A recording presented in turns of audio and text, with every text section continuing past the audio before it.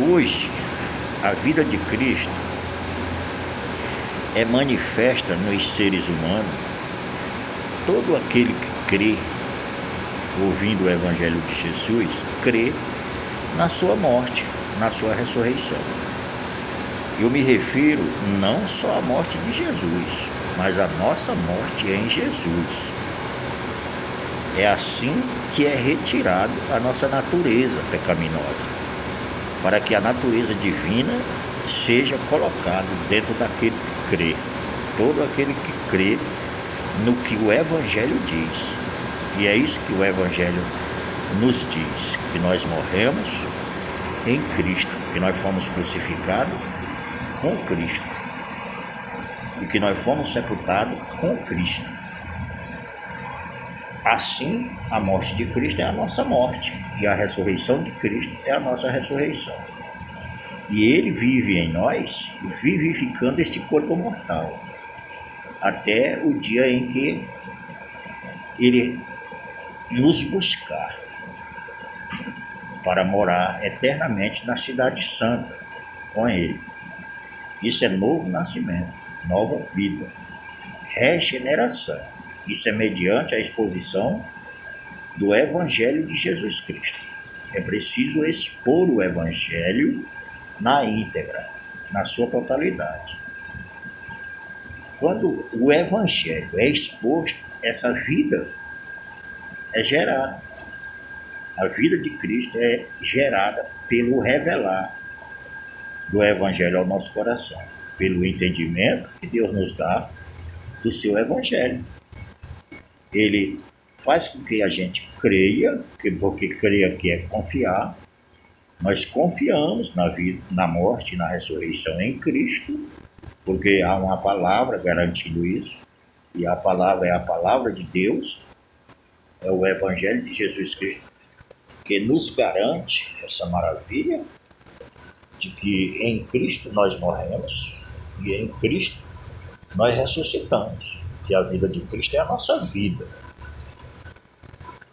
O Senhor Jesus Cristo diz em Romanos capítulo 6 e o verso 6 que o nosso homem velho foi com ele crucificado, para que o corpo do pecado fosse desfeito e não sirvamos mais ao pecado como escravo. E Romanos 6, 7 diz: aquele que está morto, justificado está do pecado. Morto onde?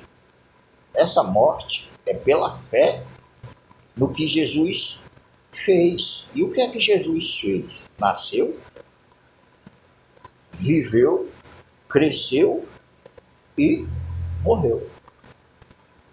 Naquele dia da sua crucificação, da sua morte, ele nos atraiu no seu corpo. João 12, 32 diz: quando ele fosse posto entre os céus e a terra, ele atrairia a todos.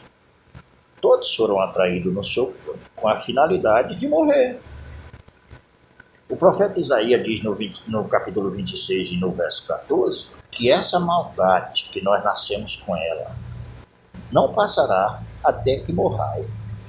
Então, enquanto nós não ouvimos o Evangelho genuíno, o Evangelho verdadeiro, o Evangelho de Cristo, enquanto isso não acontecer, eu, você ou qualquer outro pecador, por mais religioso ou não que sejamos, ou não sejamos religiosos de modo algum, não herdaremos o reino de Deus. Não entraremos no reino de Deus.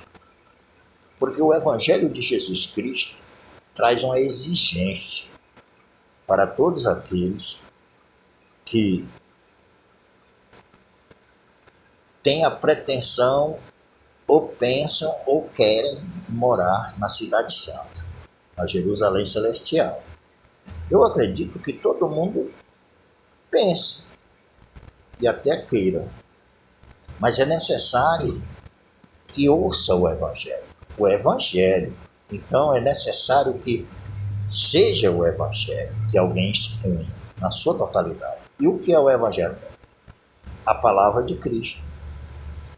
Ela não pode, não deve ser aumentada ou diminuída. Também não é a interpretação teológica, filosófica e teosófica. Não pode ser a teologia, não pode ser a filosofia, como também não pode ser a teosofia. Não, tem que ser o evangelho na sua totalidade. O evangelho, a palavra, o que está escrito. Não cabe a interpretação de muitos que interpretam, dos grupos teológicos, filosóficos e da teosofia, que eles pegam e interpretam e passam a interpretação dos textos que leram, dos capítulos, dos livros que leram, para as pessoas.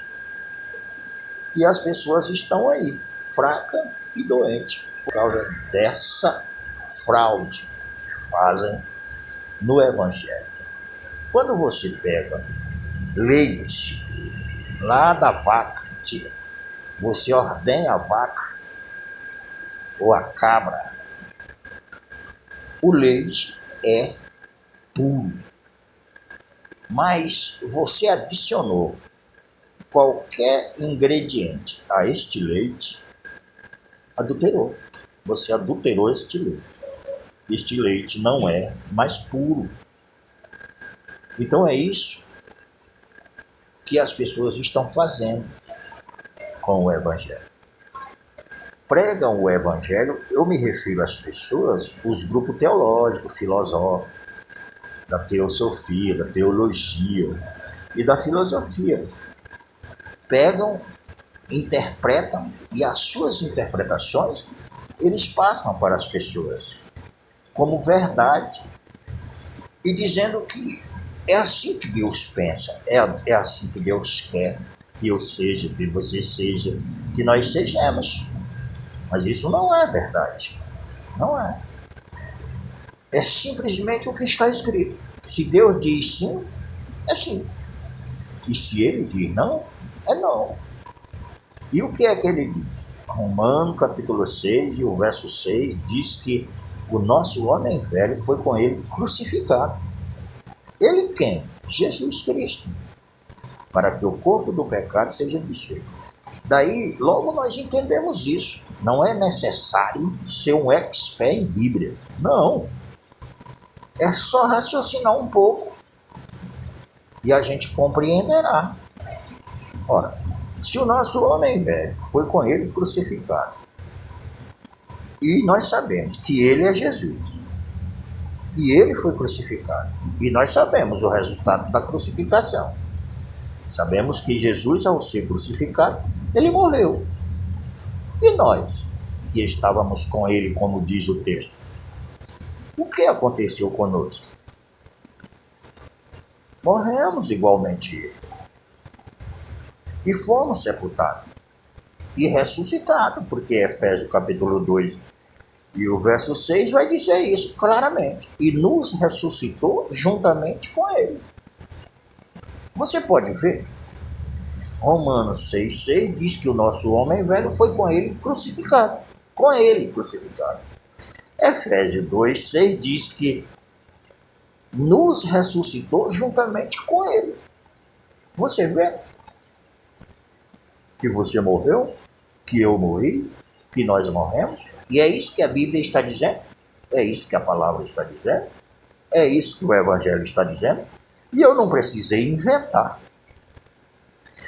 Não precisei interpretar.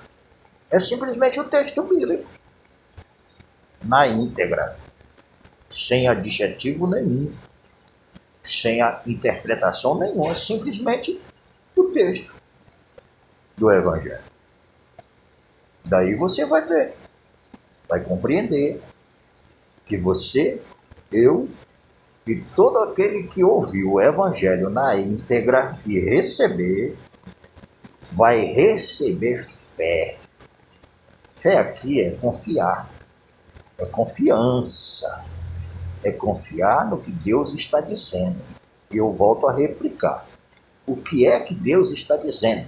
Ele disse que o nosso homem velho foi com ele crucificado, para que o corpo do pecado fosse desfeito, e não sirvamos mais ao pecado como escravo. Isso é novo nascimento. Isso é o Evangelho de Jesus Cristo.